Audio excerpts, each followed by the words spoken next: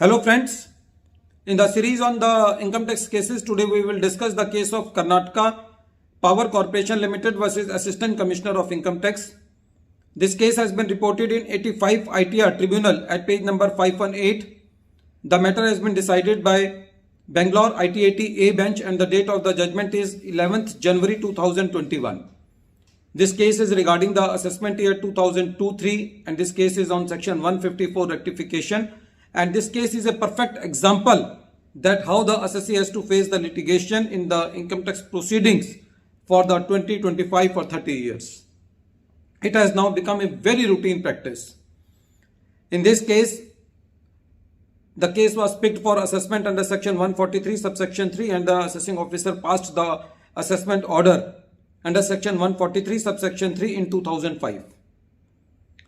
After some time, CIT revised this order under section 263 and gave direction to the assessing officer to pass the fresh order. Accordingly, the assessing officer passed the fresh order under section 143 subsection 3 read with section 263. The assessee moved to the ITAT and ITAT reverted back again the matter to the assessing officer to pass the order under section 143 subsection 3 read with section 254. When the assessing officer passed the order under section 143 subsection 3 read with section 254, when this matter was reverted back by the ITAT to the assessing officer, this order was passed in 2011. When this order was passed, the assessing officer felt that there is still some mistake in the assessment order and he issued the notice under section 154 to the assessee to do the rectification on some other matter which was not the part of the revision under section 263, or in other words, which was not the part of the revert back by the ITAT. The revision was done for A and B matter, but the rectification was done for a matter C, which was not part of the 263 order or 254 order, which was passed by the ITAT.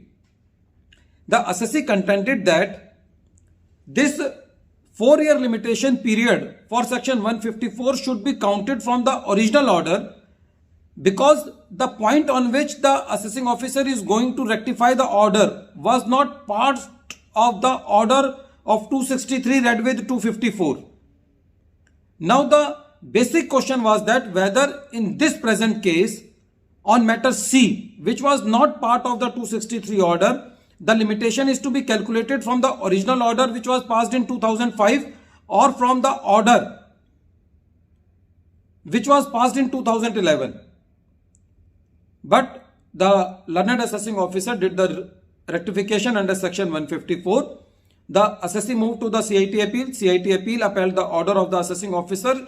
So the assessee was again in the ITAT against the order passed under section 154. In this case, the ITAT held that the rectification limitation period in present case should be reckoned from the original assessment order because the basis on which the rectification is being done was never the part of 263 order, was never the part of the remand back by the ITAT to the assessing officer. So the date of passing the order by the assessing officer in 2011, which was passed under section 143 read with section 254, was not relevant for determining the period of limitation for doing rectification under section 154. So the assessee got its case. And in this case, it was decided by the ITAT that the rectification limitation period should be reckoned from the original assessment order and not the order which was passed in 2011.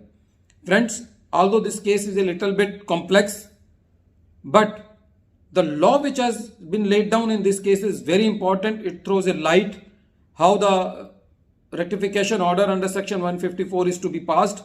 This case is important in all those cases where the where there is multiplicity of orders under section 143 subsection 3, 148, and then revision under section 263, and then the revert back by the ITAT under section 254. So in all these cases, this case is very important. At the end of this video, once again I am repeating the name of the case. The name of the case is Karnataka Power Corporation Limited versus Assistant Commissioner of Income Tax, and this case has been reported in 85 ITR Tribunal at page number 518. The matter has been decided by Bangalore ITAT A bench, and the date of the judgment is 11th January 2021. Thank you, friends.